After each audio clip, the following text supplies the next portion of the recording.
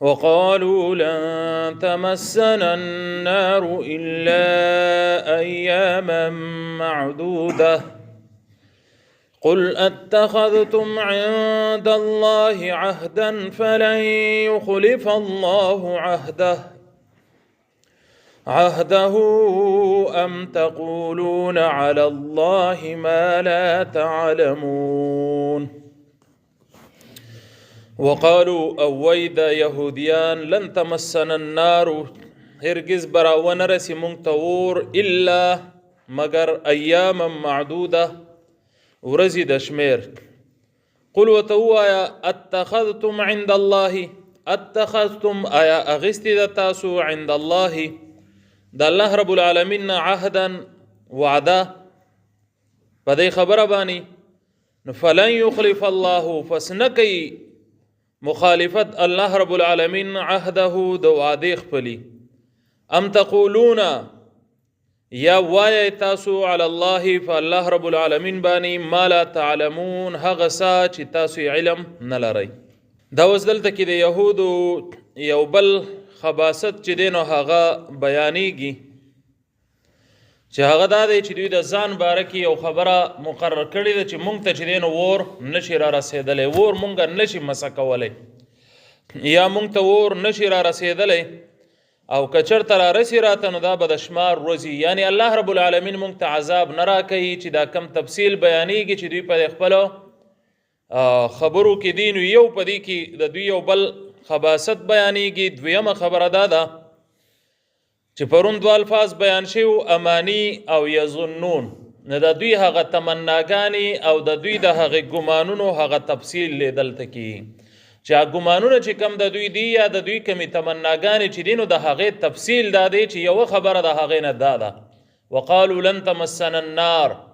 د دوی وینا دا ده چې مونږ اور چې دی نو دا به نه مسه کوي الا ایاما معدوده مگر د شمار ورځي. اوس دا شمار دوی ځان له مقرر کړی دی. یوه خبره دا کوي چې د دنیا 2000 کاله وشو، دا د دوی وینا ده. نو 2000 کاله شوي دي نو موږ ته به د هر کال په بدله کې یوه ورځ عذاب میلاویږي، نو ایزا اووه ورځې عذاب به راته میلاو شي، زیات نه میلاویږي.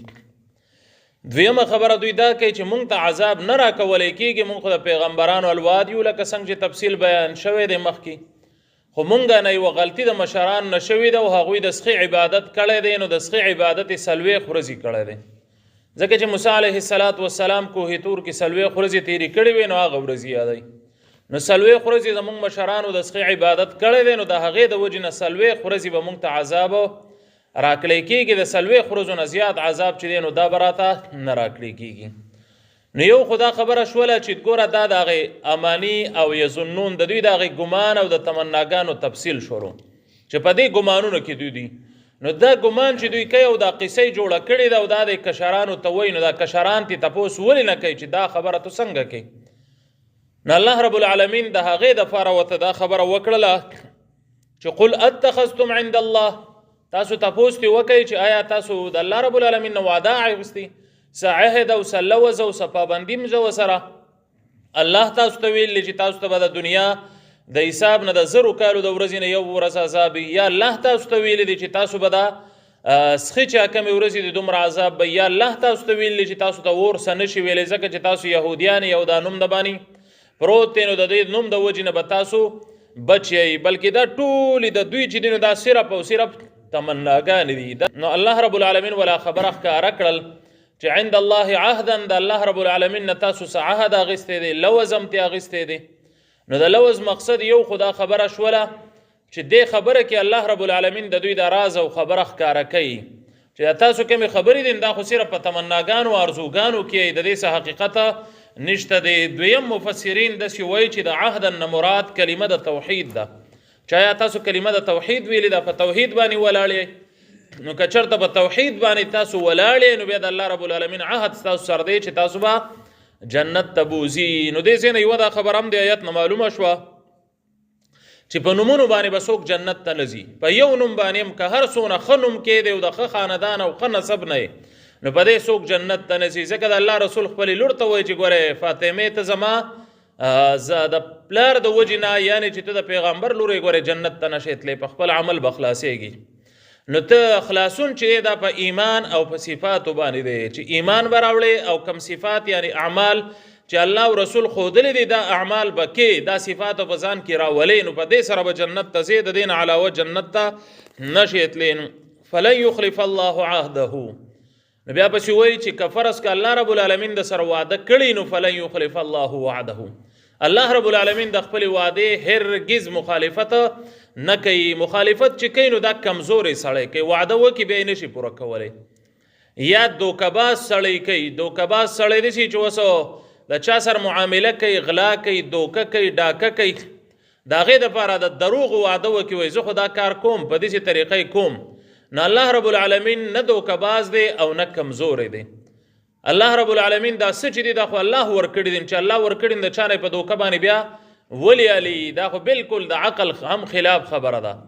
او دویمه خبره دا چې الله رب العالمین چاته وایي چې جنت تر کوم نو د الله سره کمې ناراضي کوي چې نعمت تر کوم او خزانه در کوم نو د الله په خزانو کې کمې ناراضي کوي چې خپل رضا در کوم نو د الله په رضا کې کمې ناراضي دې څوک نشته دی چې هغه منه کې چې مې ورکوه په دې ځای کې نو چې کله دې څوک نشته نو دې سړی په واده کې فاتح ناراضي نو هغه خو چون کې خالق دی رب دی نو فلن یخلف الله عهده هرگز هغه د خپل وعده مخالفت بیا نه کوي خو که وعده نه اخیستی نو په خام خیالۍ کې پراته دا یو غلط سوچ دی نو ام تقولون علی الله دا ام چې دی نو وایي دا دلته کې په معنی د بل باندې دی لکه بلا نه بلکې تقولون تاسو دروغ وایي مطلب دې څه شو چې تاسو دروغ وایي علی الله په الله باندې ما لا تعلمون په هغې څه کې چې تاسو علم نه لرئ یعنی برناقه وایي چې یو څو ورځې به مونږ عذاب تېروو داسې نه ده نو په دې کې یوه خبره دا هم واضحه شول چې ګوره دوی وایي مشرانو 40 ورځې د څښۍ عبادت کړی دی نو دا خبره واضحه ده چې مشر یو ګناه وکړي نو په هغې کشرانو ته سزا نه میلاویږي دویمه خبره پکې دا ده چې کومو مشرانو عبادت کړی نو په هغوی کې څه کسان نه علاوه نور ټول رښتینې توبه ایستې ده نو چې رښتینې توبه یې وایستله او الله ماف کړل په هغې وخت کې نو الله چې څوک ماف کړي نو دوباره سزا ورله نه ورکوي ځکه چې دوی خو توبه ایستلې ده نو چې توبه یې وایستل نو بیا بله خبره به پکې داسې وکړو چې یوه خبره دا ده چې دوی وایي وقالو لن تمسنا النار الا ایاما معدوده مونږ ته به اور نه رارسي مګر څه ورځي نو موږ به اوس داسې وایو چې د یهود نصاراو دا دعوه چې ده دا غلطه ده داسې وایو که نه نو دا مسلمانان چې وایي یو سوال دې ځای کې جوړېږي چې دوی هم وایي که مونږ جهنم ته لاړ شو نو څه وخت پورې به یو مستقل به مونږ په جهنم کې نه یو نو دا خبره هم د ځان نه ده نه د دوی او زمونږ په خبرو کې فرق دا دی چې زمونږ خبره په دلیل لا دا مونږ ته الله او رسول ویلی دي او د دوی خبره بې دلیله ده ځکه دې تپوس کې چې که تورات یا د موسی علیه السلام یا د بل پیغمبر څه وینا هم ستاسو سره یقیني وایي ښیی که نه چې کوم ځای کې تاسو واده د الله نه اخیستې ده او زمونږ خبره د الله او رسول مونږ ته ویلی دي چې مسلمان سړی چې شرک پکې نه د شرک نه صفا عقیدې سر لاړو د ده نه لوی لوی ګناهونه شوي دي نو دا د الله مشیت ته سپارلی شوی دی که الله وغواړي نو بخلی هم شي چې ډاري کې وبخي د الله نه څوک تپوس واله دي او که نه نو الله ولا عذاب ورکوي څومره عذاب ورکوي په دې الله ښه پوهېږي او د الله رب العالمین خپل قدرتونه دي او خپل طاقت دی او خپل عدالت دی نو دا مونږ ته الله او رسول ویلی دی نو زمونږ خبره په دلیل او د دوی دا بې دلیله ده داسې نه دی چې د دواړو خبره ګني یو شان ده بلا من کسبا بلکې خبره دا ده من کسبا چا چې کسب کړل چا چې وکړل سیئتن بدی و احاطت به او راګیر کړو دلره خطیئته خطاګانو ده نو فاولئک پس دوی چې دي اصحاب النار دا ملګري د اور دي هم فيها خالدون چې وي به دې پکې همیشه نو ګوره الله رب العالمین خپله فیصله واوروله او دا یې ووایي چې که هر څوک کوي ځکه چې بلا یو نعم دی یو بلا دی نو ظاهرا د دې د معنا یو شان حسابېږي حالانکې نعم د مخکې کومه خبره چې تېره شول د هغې د اثبات دپاره چې او داسې خبره ده او بلا چې دا د مخکې خبرې ده انکار دپاره د اثبات دپاره نه لکه دوی وقالو لن تمسنا النار مونږ ته به اور نه رارسي نو که دلته نعم راغلی وی نو نعم مقصد به دا و چې او بالکل دوی ته به اور نه وررسي که وررسي څه ورځې به وررسي او بلا کې چې دی نو معنی دا پرته ده چې او بلا من کسبا او خو چا چې هم کسبا کسب کړل سیئتن بدی نو دلته کې مقصد څه شو چا صفت شو چې دغه خبره نه ده اصل خبره دا ده چې چا بدی کړې ده دوی ته به سزا میلاویږي نو دوی به داسې وي چې به مونږ کې واړه واړه ګناهونه دي نو که لږه غوندې سزا راته میلاو شي بیا به راوځو حالانکې واړه ګناهونه پکې نه وو قرآن را نقل کړی دی چې وقالت اليهود عزیر ابن الله وقالت النصارى مسیح ابن الله یو وایي نصارا وایي عیسی علیه السلام د الله زوی دی یهود وایي عزیر علیه السلام د الله زوی دی دا څومره غټه خبره ده لویه ښه دا شرک نه دی نور پکې ډېر شي شرکیات پراته دي کبیره ګناهونه پکې پراته دي ظلم پکې پروت دی د حق پټول پکې دي دلته چې دا کم 15 صفات تیر شوم دا ګنې وړې خبرې دي خو دوی ته دا خبرې ټولې وړې ښکاره شوي دي الله رب العالمین دې زموږ او ستاسو په حال باندې رحم وکړي نو بلا من کسب سیئه وس دا یو کسب دی کسب څه ته وایي نو دې ځای کې یوه خبره دا معلومه شول چې دا انسان د ګناهونو کاسب دی خالق نه دی دا د ګناهونو کاسب دی او د کارونو هم کاسب دی خالق نه دی خالق صرف او صرف الله رب العالمین دی نو ځکه به دته په دې کسب باندې سزا چې دی نو هغه میلاویږي د ګناه په کسب ورته سزا میلاویږي کسب چې دی دا کله کله صرف د کار په معنی باندې راځي او دلته کسب به مونږ مختصر دا ووایو ټیم ختم دی چې دا کار چې دوی دا کم ګناهونه کړي دي نو دی په خپله مرضۍ باندې کړي دا بې په چا په زور باندې نه دی کړي نو ځکه ورته کسب وایي کسب هغې کار ته وایي چې هغه فایده ځان ته راکاږي لکه زمونږ او ستاسو ډېر شی کسبونه دي پښتو کې ورته مونږ کسب وایو نو کسب څه ته وایي یو سړی زمینداره کوي نو دا ځان ته فایده راکاږي چې ما ته دانې ډېر راشي یو سړی